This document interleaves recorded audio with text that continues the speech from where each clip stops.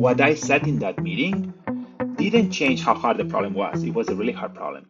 What it changed is how people interpreted whether it was worth leaning in and whether we could actually solve that problem. And that's why optimism matters so much in engineering leadership. Hi, and welcome back. In this episode, I want to talk about a trait I think is really important in engineering leaders working at startups. I'll share a moment where I learned this the hard way. Then I will explain why I think this is really important. And at the end, I will leave you with one small thing that you can try to practice. That trait is optimism. And I don't mean blind optimism or pretending things are easy. I mean how you show up as a leader when the answer isn't clear yet. I learned this the hard way. I was once in a meeting with my engineering team and some executives, and we were discussing a problem that was completely new to me as a leader. It involved some unfamiliar technical constraints, real tight timelines, and a real execution risk. And at that point in time, I genuinely didn't have any idea how we were going to solve that problem.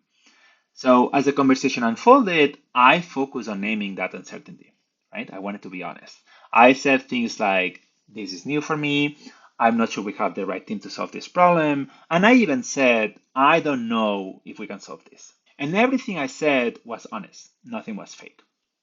But after the meeting, my manager at the time, Stephen Poletto, great mentor of mine, pulled me aside and said, hey, Joan, you're not wrong with what you said, but if you keep showing up like that, you're going to fail as a leader. And what he helped me see was that my words weren't just communicating uncertainty, which is what was my intention, but they were communicating how much I believe, the word belief is important here, in our ability to navigate the problem. At the moment, there was no plan yet and no clear next step. So people weren't really reacting to facts. What they were reacting was to me. They were picking up whether me as a leader believed this was something that the team could actually work through. And later I learned that there is a psychological concept that helped me make sense of all this. Albert Bandura talked about something called self-efficacy, which is essentially about whether people believe they have agency in a situation. Not in general, but here and now to tackle a specific problem. And so the way I connect this to what I was talking about is that when leaders express uncertainty without belief, what people hear is this might be out of our control. We can't do anything about it. But when leaders pair that uncertainty with optimism, the signal is really different.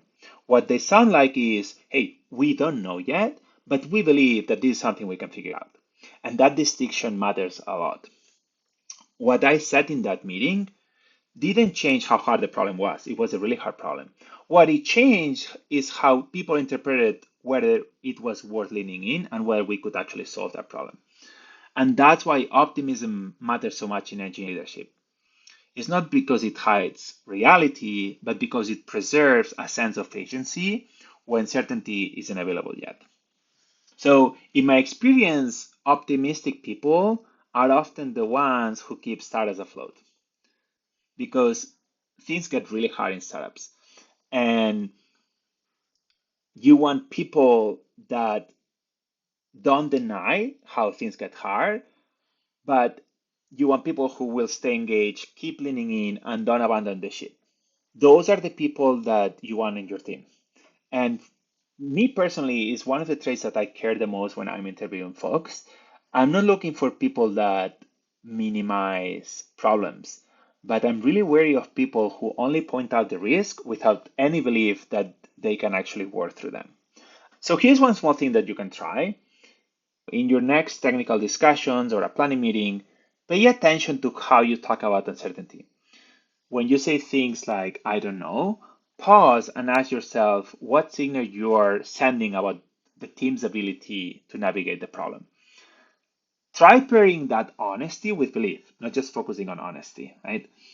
Something as simple as instead of saying, I don't know, saying, hey, I don't know yet, but I believe we can figure this out, can change how people engage and trust you as a leader. I believe that in engineering leadership, optimism isn't about being naive, it's about how you show up when the answer isn't clear yet. And guess what? In startups and fast moving environments, a lot of the times the answer isn't clear yet at all. So that's what I have for you today. I hope you found something useful, and I'll see you next week. Cheers!